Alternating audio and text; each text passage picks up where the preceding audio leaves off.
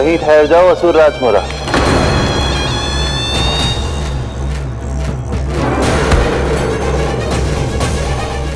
यहां क्यों आए? आपको पराजित करने और ये वैकुंठ जीतने,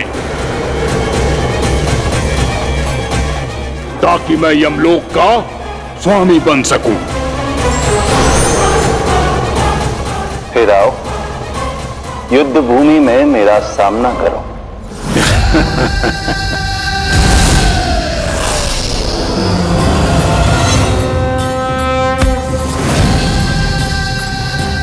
ये नहीं जानते कि इनसे ना हारने का वरदान तो मैं पहले ही प्राप्त कर चुका हूं, इसलिए युद्ध ठीक से आरंभ हो पाए उससे पहले ही इन्हें जीत लूंगा मैं।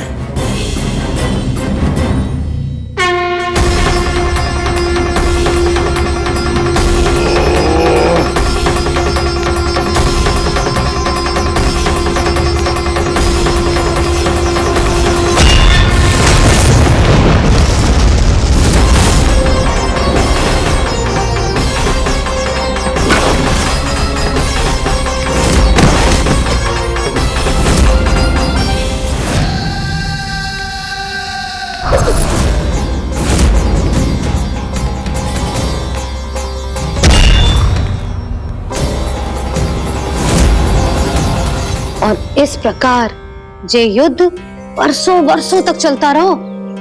दोनों योद्धा पूरे ब्रह्मांड में अनेक अस्त्रों शस्त्रों के साथ युद्ध करते रहे।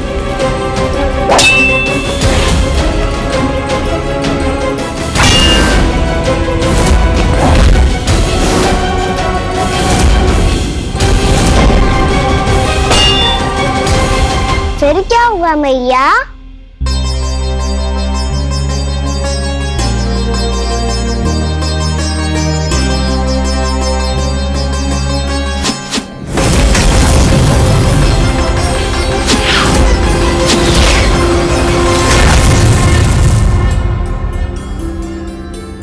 उस युद्ध को कभी समाप्त हुआ, पर कैसे? शीघ्र ही वो राक्षस थक गौ लल्ला।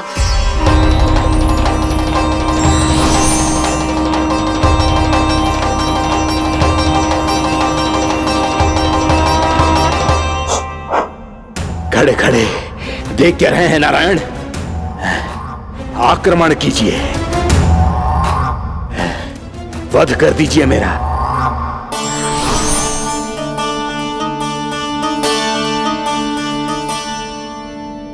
मैं तुम्हारी वीरता से प्रभावित हूं,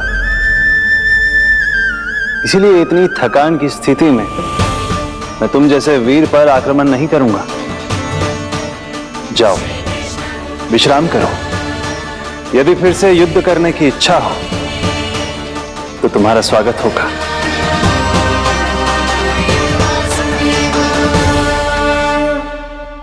जे कह के श्री नारायण बद्रिका आश्रम चले गए और वहां हिमवत नाम की एक कंदरा में ध्यान लगा के बैठ गए। उधर वो राक्षस विश्राम करने लगो। अनेकों दिन बीत गए और अब वो राक्षस मूरा फिर से स्वस्थ होके बलवान हो गया था। उसने अपनी सारी शक्ति फिर से प्राप्त कर ली थी। श्री नारायण ने उस पर दया करी थी, पर वो फिर से श्री नारायण को छलने को तैयार होगा।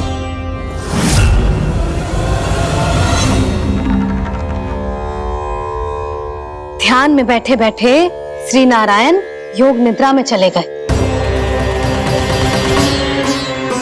पर दुष्ट मूरा इसी अवसर का लाभ उठा के उनकी कंदरा में घुस आयो, ताकि वो सोते हुए श्री नारायण पे आक्रमण कर सके।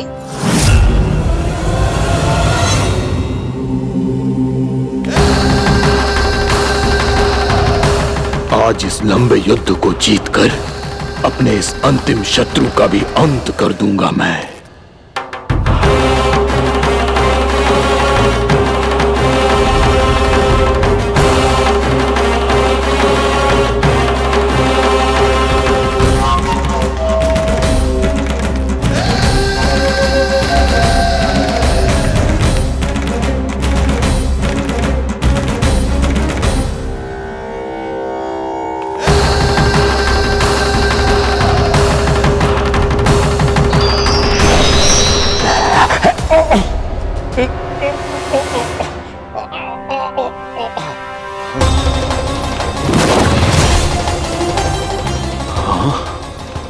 दुष्ट राक्षस! प्रभु ने तुझ पर दया की, तुझे संभलने का अवसर दिया। तू इन्हीं पर ही छल से वार करने चला है।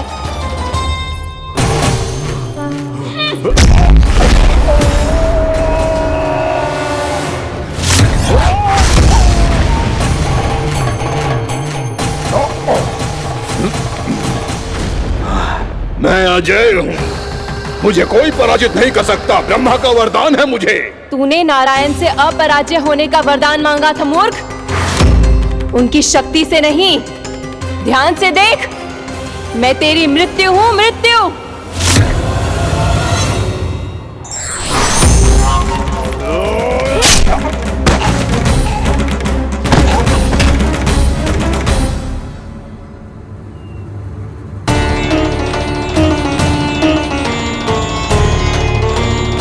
वो देवी कौन सी छोटी माँ? और कौन बलराम, वही तो थी देवी एकादशी।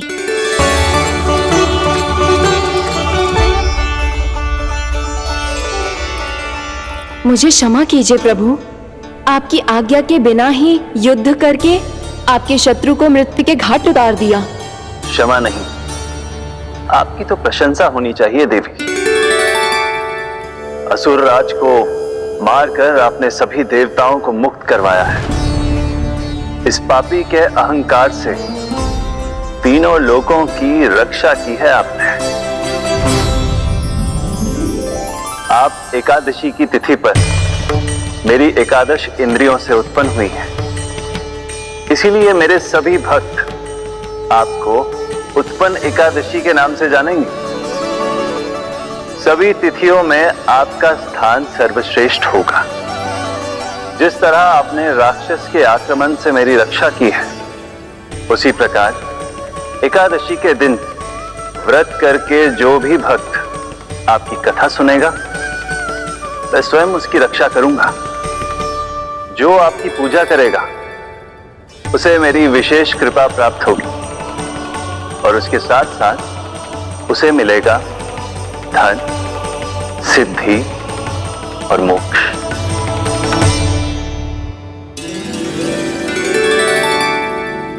इसीलिए आज के दिन व्रत रखने का बहुत अधिक महत्व होता है। बोलो एकादशी मैया की जय। बोलो श्री नारायण भगवान की जय।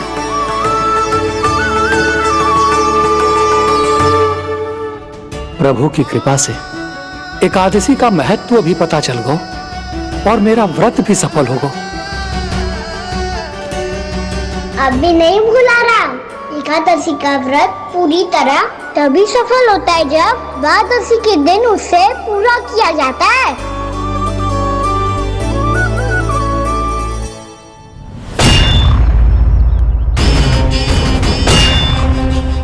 आवश्यक है आपको यह आभास होना कि उस विष्णु अवतार को पराजित करने के लिए आपके साधारण योद्धाओं में वो सामर्थ्य नहीं है। वो विष्णु अवतार कुछ अधिक ही असाधारण है।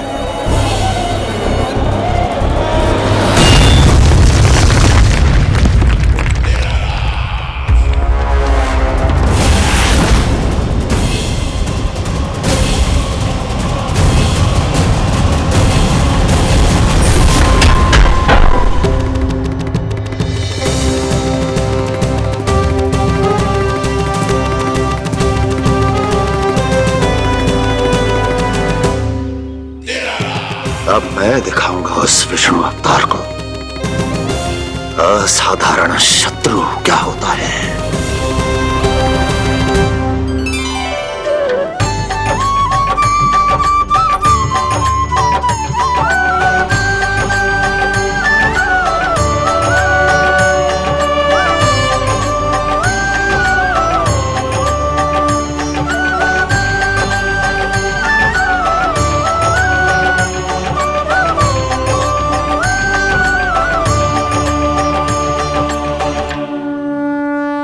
मामा अधीर हो रहे हैं, पर मैया ने मुझे अभी तक बाहर जाने की आज्ञा नहीं दी है।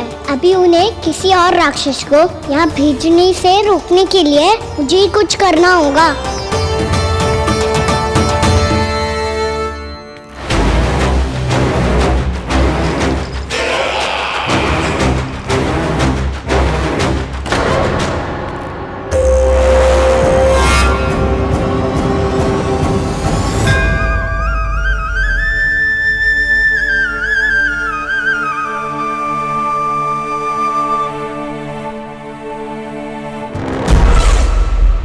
कौन हो तुम? बचपन से ही मुझे मारने का सपना देख रहे हैं, फिर मुझे ही नहीं पहचानते।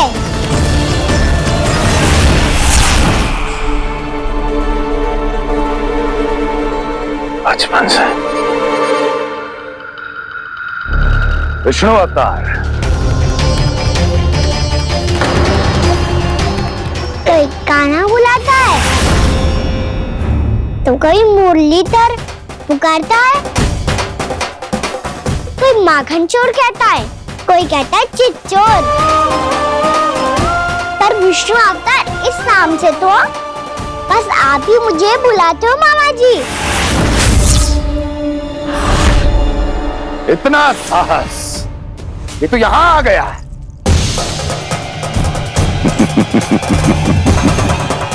यहां आ तो गया तू विष्णु अवतार, किंतु यहां से जीवित नहीं जाएगा।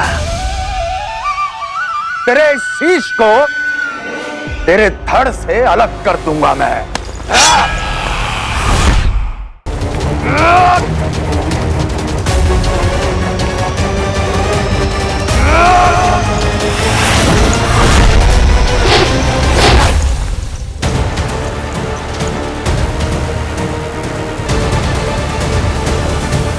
वहाँ कहाँ देख रहे हो मामा जी? मैं तैयार हूँ।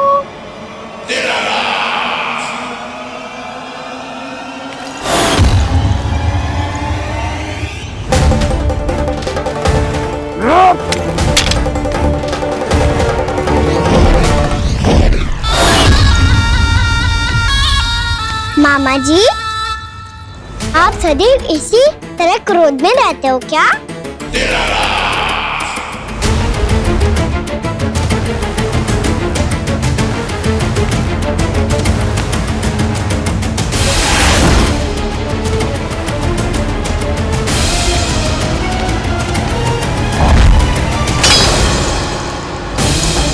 छोड़ मेरी तलवार को।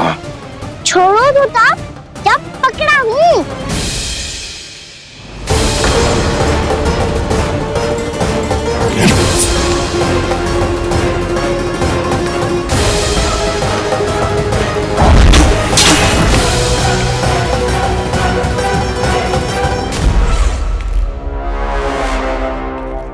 मामा जी,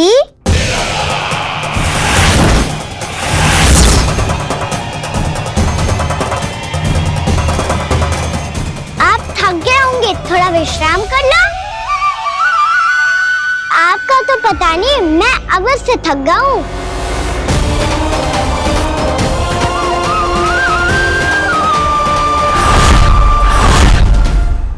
मेरे सिंहासन पर बैठने का तो साहस।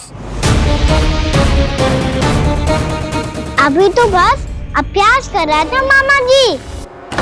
भविष्य में मुझे तो बैठना है यहाँ।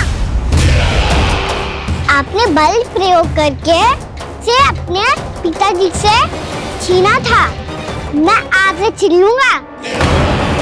जो छल और बल से लिया जाए वो अधिक समय तक टिकता नहीं है मामा जी।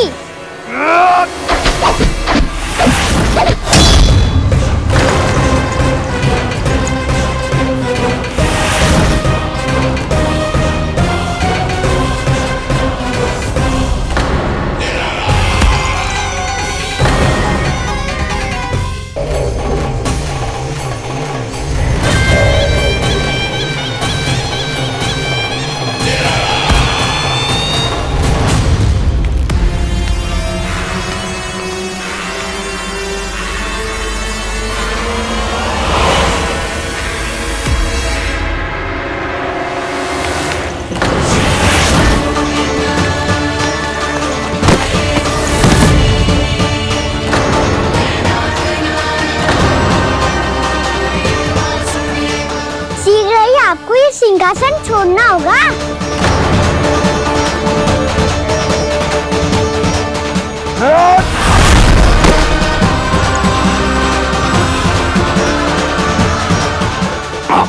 वो मेरा सिंहासन छीनना चाहता है। वो आ रहा है, वो आ रहा है। सैनिकों, दुर्जन, बंद कर दो सभी द्वार और झरोके। सब के सब इसकी हर संभावना पर इतना कड़ा पहरा बिठा दो कि ना तो कोई महल के भीतर आ सके ना तो बाहर जा सके। मुझे महल की चप्पे चप्पे की सूचना चाहिए। जाओ।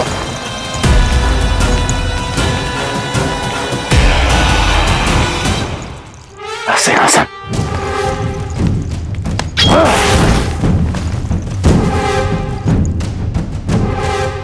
अब आ दुष्ट मायावी, ए छलिया विष्णु अवतार, मैं कंस तेरी प्रतीक्षा कर रहा हूं। देखता हूं मेरे सिंहासन पर कैसे बैठता है तू।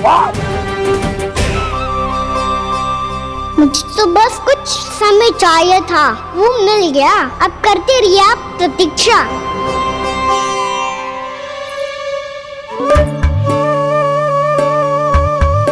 जी अपने आप से बातें क्यों कर रहे हैं जी?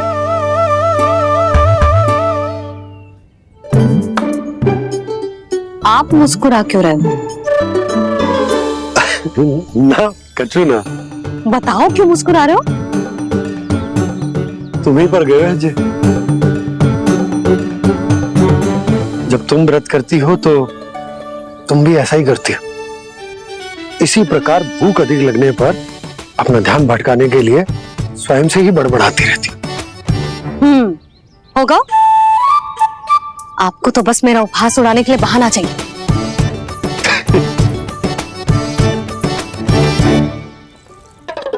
लल्ला, भूख लगी है?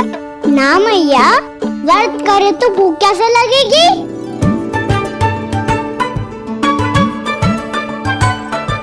यदि लगी हो तो छोटे बालकों को थोड़ी बहुत भूल चूक क्षमा होती है।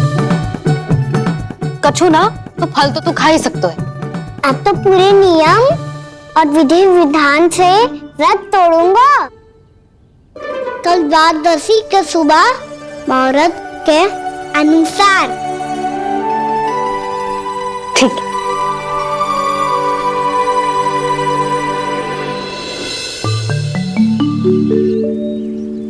लल्ला, एकादशी समाप्त हो गई है, द्वादशी लग गई है। अब तू व्रत तोड़ सकते है। भोजन कर ले। ले।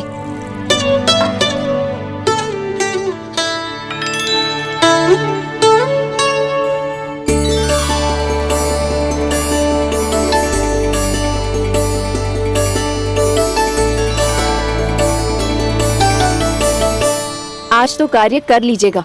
मैं ना चाहती कि सब गांव वाले फिर से आपका उपहास उड़ाएं। अरे, इसी क्षण कार्य आरंभ करना आवश्यक ना है। कुछ खा तो लो। कल भी पूरे दिन व्रत में रहे, अब तो कुछ खा लो। ना ना, अभी बिल्कुल भूख ना है। और हाँ भगवान, तुम्हें चिंता करने की आवश्यकता नहीं है। आज मैं किसी को भी 2 शब्द कहने का अवसर नहीं दूंगा। अरे, कुछ खाओगे पियोगे नहीं तो कैसे रहोगे?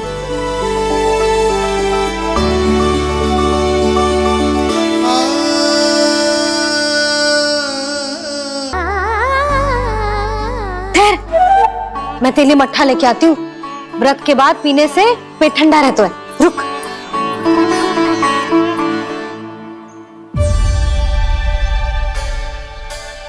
भक्तों ने अभी तक व्रत नहीं तोड़ा है, मैं कैसे तोड़ लूं? भूख कहाँ से होगी? श्री हरि नाम से पेट तो भर लेते हो। श्री हरि श्री हरि श्री हरि।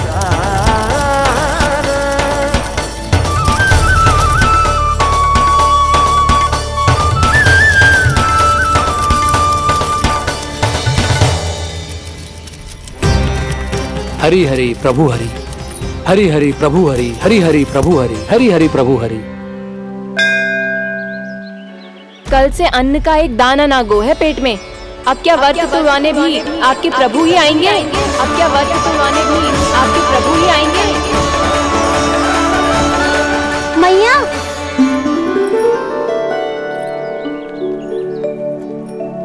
मैया पहले व्रत तोड़ के कछु खा तो लो। अभी ना, लौट के आने के बाद। हाँ,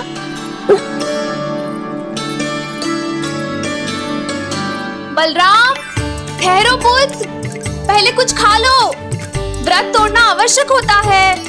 मैया ने एकादशी का महत्व बताया। लगता है मुझे सबको द्वादशी पर व्रत तोड़ने समाप्त करने का महत्व बताना होगा। हरि हरि हरि हरि हरि मेरे हरि।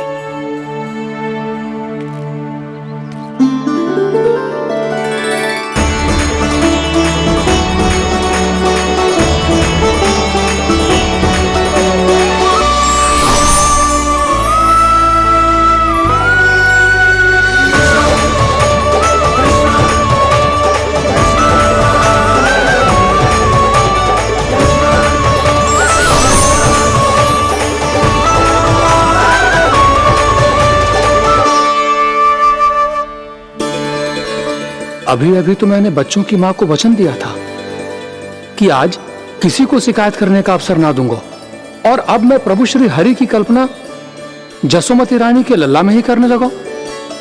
ना ना, ये ठीक ना है।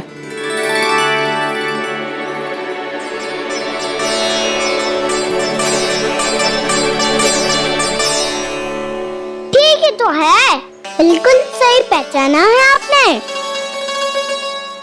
बड़े तो बड़े, अब तो बालक भी हमारा उपहास उड़ाने लगे। मैं आपका उपहास नहीं उड़ाने आया, मैं तो आपके एकादशी के व्रत को पूरा कराने आया हूँ।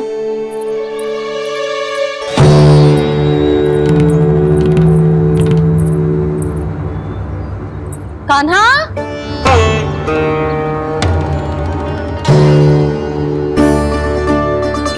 तो ये रे आपकी छड़ी और ये रे मेरी पीठ।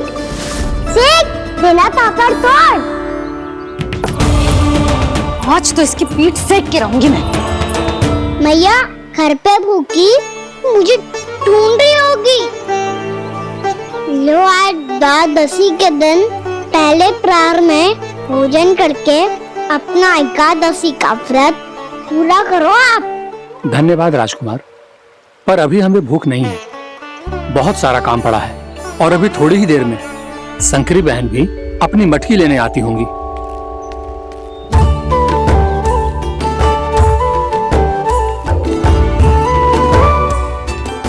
पर मैं आपका व्रत पूरा कराए बिना नहीं जा सकता।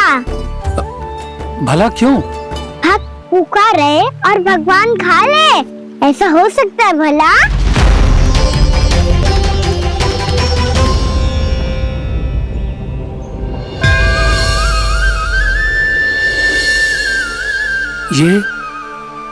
ये कैसा भ्रम हो रहा है मुझे? मुझे लगता है अपना काम करना चाहिए। द्वादशी के पहले प्रहर में व्रत पूरा करना बहुत आवश्यक होता है। ना तो एकादशी का व्रत भी पूरा ना मानो जातो। इतनी सारी ज्ञान की बातें तुम्हें कैसे पता है लल्ला?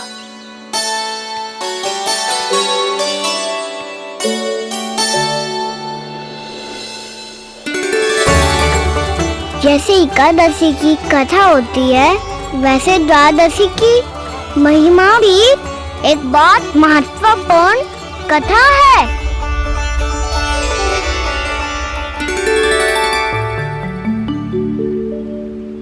कैसी कथा?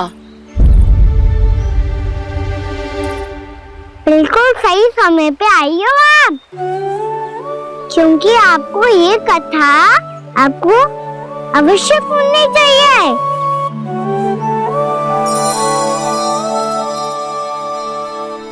मुझे क्यों? पहले सुन तो लिया, फिर स्वयं में पता चल जाएगा। बहुत समय पहले एक राजा हुआ करते थे, राजा अम्बरीश। भगवान श्री हरि के बहुत बड़े भक्त थे। ओम नमो नारायणाय। ओम नमो नारायणाय।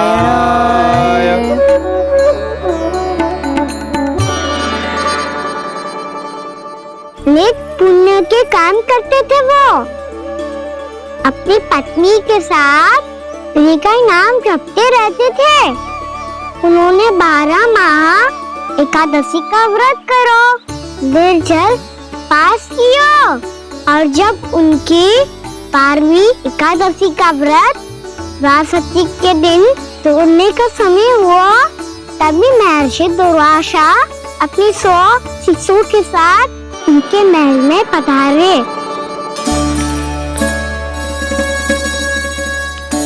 प्रणाम स्वीकार करें महर्षि। आप जैसे महान ऋषि मेरे राज्यसभा में आए, वो भी ऐसे अवसर पर जब मैं और मेरी पत्नी निरंतर 12 एकादशियों के बाद अंतिम एकादशी का व्रत तोड़ेंगे। इससे बड़े सौभाग्य की क्या बात हो सकती है हमारे लिए। आज आपके साथ साथ मेरा और मेरे शिष्यों का एकादशी व्रत भी पूरा होगा। संभव है प्रभु की इच्छा यही हो कि हम सब अपना व्रत एक साथ तोड़ें। ये तो अत्यधिक प्रसन्नता की बात है महर्षि। तो फिर ठीक है, हम सब यात्रा से थके हैं। व्रत तोड़ने से पहले हम स्नान करना चाहते हैं। जैसी आपकी इच्छा महर्षि। जब तक आप लोग लौटेंगे तब तक आपके सारे प्रबंध यहाँ हो चुके होंगे।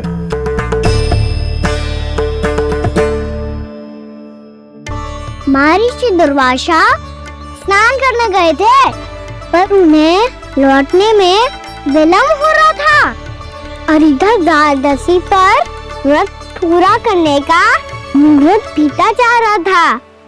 महाराज अमरेश बड़ी विरगता के साथ महर्षि दुर्वासा के लौटने की प्रतीक्षा कर रहे थे। महाराज, व्रत तोड़ने का मुहूर्त बीता जा रहा है। बस कुछ ही समय बचा है। महर्षि और उनके शिष्यों को लौटने में न जाने कितना समय लग जाएगा। मेरा सुझाव है कि आप मुहूर्त समाप्त होने से पहले व्रत अवश्य तोड़ लें। गुरुदेव, हमने महर्षि दुर्वासा को वचन दिया है कि जब तक वो लौटेंगे नहीं तब तक हम व्रत नहीं तोड़ेंगे। इसीलिए मैं इनका लौटने के बाद ही भोजन ग्रहण करूंगा। पर महाराज, मुहूर्त यदि बीत गया और समय रहते हुए नहीं आए तो महाराज आपका व्रत पूरा नहीं होगा। महाराज, आपको उसका फल नहीं मिलेगा। महाराज, 12 एकादशियों का व्रत व्यर्थ चला जाएगा।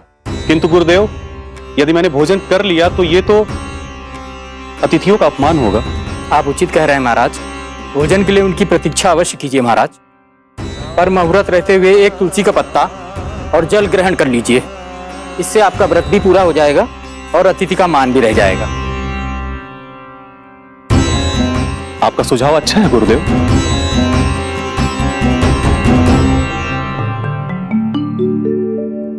जैसे ही महाराज ने तुलसी का पत्ता खाया,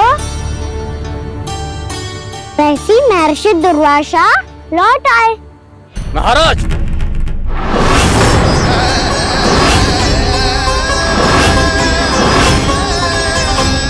महाराज को उपवास तोड़ते देखते बहुत क्रोधित हो गए।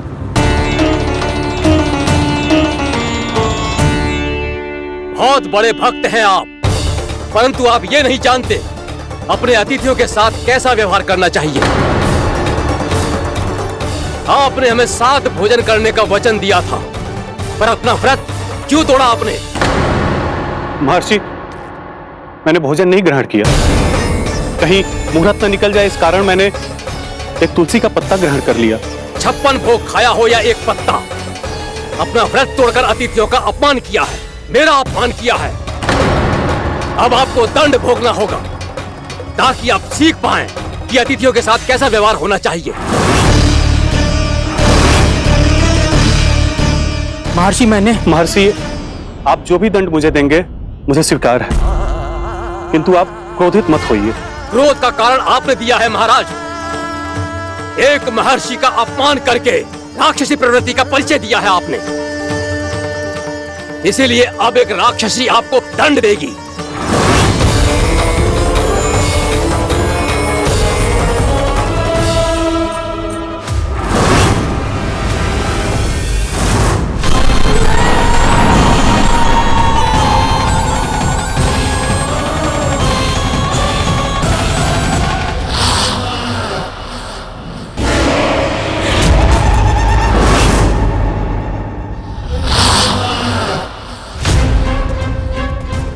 हे प्रभु, यदि मैंने सच में महर्षि का अपमान करने की भूल की हो तो मैं उसका परिणाम भोगने के लिए प्रस्तुत हूं।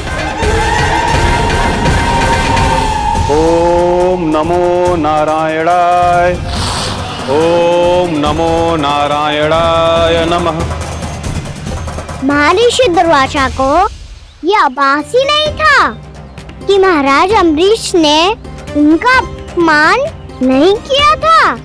फिर भी उसे अपमान मान के वो श्री नारायण के भक्त पे संदेह कर रहे थे। मैंने भी तो भोला राम की भक्ति पे संदेह किया था। हे नारायण, ये क्या पाप हो गया मुझसे? संदेह किसी अपमान से कम ना हो तो, और भगवान सब सह सकते हैं, पर उनके प्रिय भक्तों का अपमान सहन ना कर सकते। इसीलिए उन्होंने अस्थिचेत करने का निर्णय लिया।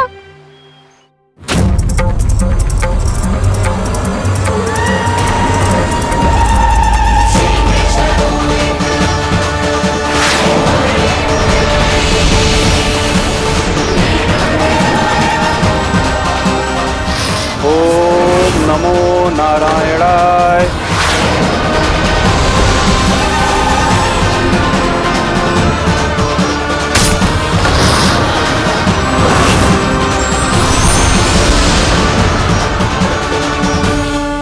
और फिर भगवान का वो सुदर्शन चक्र महर्षि दुर्वासा के पीछे पड़ गया। ये चक्र तो मेरी ओर बढ़ रहा है। ओम नमो नारायणाय। ये कैसे संभव हो सकता है? कोई रोको इसे, कोई रोको इसे।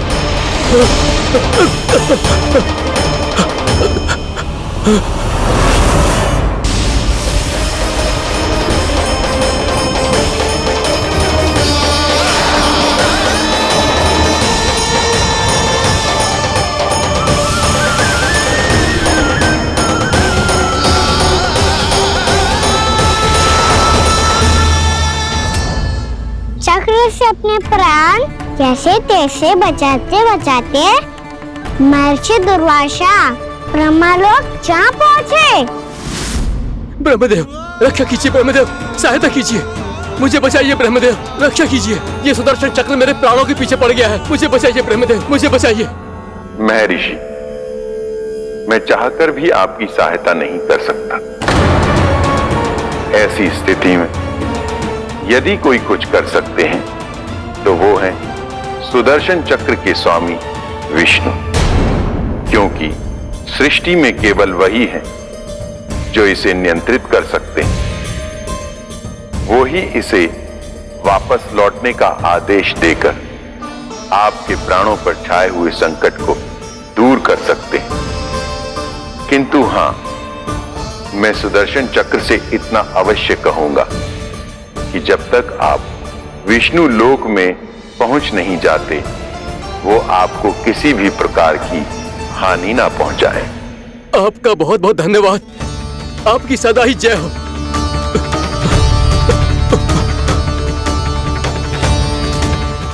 फिर क्या था? भागते भागते महर्षि दुर्वासा सीधे भगवान श्री हरि के शरण में बैकुंठ पहुंच गए। त्राहिमाम प्रभु, त्राहिमाम, मुझे बचाइए। मेरी सहायता कीजिए प्रभु, मेरी सहायता कीजिए। मैं आपके इस चक्र और ऊर्जा से नहीं भाग सकता प्रभु। कृपया करके अपने सुदर्शन को रोकिए, इसे वापस लीजिए प्रभु। यह असंभव है महर्षि। एक बार सुदर्शन चक्र मेरे हाथों से छूट जाए तो अपना उद्देश्य पूरा किए बिना, मेरे भक्तों की रक्षा किए बिना वापस नहीं लौटता। कोई तो उपाय होगा प्रभु। कृपया करके मेरे प्राण बचाइए प्रभु। मैं सुदर्शन की ऊर्जा से जलकर भस्म नहीं होना चाहता प्रभु। आप जो कहेंगे मैं करूंगा प्रभु। मेरी सहायता कीजिए प्रभु, मेरी सहायता कीजिए। उपाय है, किंतु मुझे नहीं लगता कि आप वो कर पाएंगे। मैं अवश्य करूंगा। मैं अपनी प्राण रक्षा के लिए कुछ भी करूंगा प्रभु। आपने मेरे भक्त राजा अम्बरीश को भक्ति का कर्तव्य निभाने के लिए अपमानित और दंडित किया है महर्षि, पर भक्त की रक्षा करना भगवान का कर्तव्य है। इसलिए यदि आप भक्त राजा अम्बरीश के पास जाकर क्षमा याचना करें और यदि वो आपको क्षमा कर दे तो ही ये चक्र आपके प्राण लिए बिना लौट सकता है, अन्यथा आप तो जानते हैं महर्षि, मेरे भक्त का अपमान मेरा अपमान। भक्त का अपमान भगवान के अपमान से कम ना हो तो है।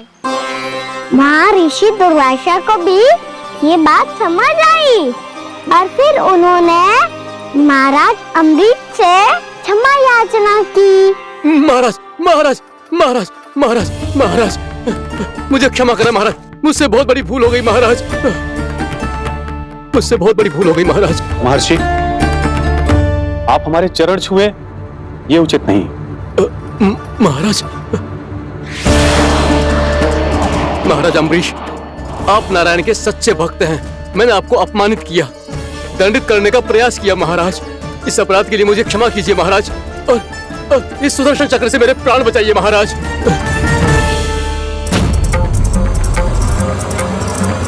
हे महान सुदर्शन, यदि महर्षि के लिए मेरे हृदय में अभी भी वही सम्मान और प्रेम हो जो इनके प्रथम आगमन पे था, तो कृपया आप अपने धाम वापस लौट जाइए।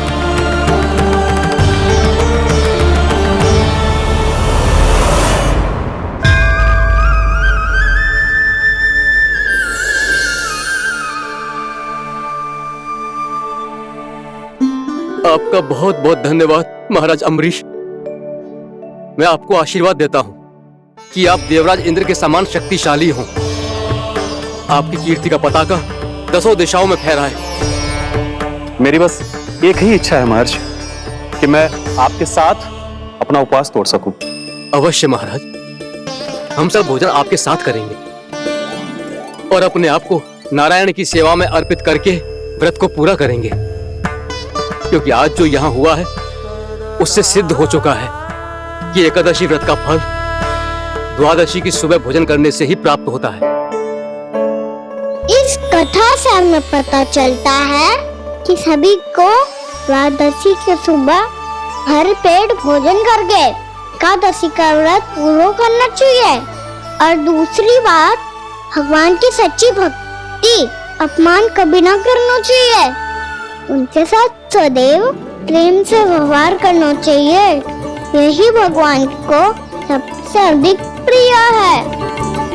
भैया भोलाराम, मैंने भी श्री हरि पे तुम्हारे विश्वास का उपहास उड़ाया था, मुझे क्षमा कर दो। ना ना, आप क्षमा मांगकर मुझे लज्जित मत करो, आप तो मेरी बहन जैसी हैं। जब महर्षि दुर्वासा जैसे महान ऋषि को भी प्रभु के भक्त से क्षमा मांगनी पड़ी, तो मैं तो बहुत ही तुच्छ हूँ। मुझे आपकी किसी भी बात का बुरा ना लगा। पर पता है प्रभु को कौन सी बात सब भूला रखता है? कौन सी बात? जब उनका भक्त भूखा रहे, हमें भी अपना व्रत पूरा ना करे। और जैसा कि आप सभी ने अभी कथा से सीखो है, एकादशी के व्रत को द्वादशी की सुबह अवश्य पूरा करना चाहिए। अब आप जाओ, अपना व्रत पूरा करो।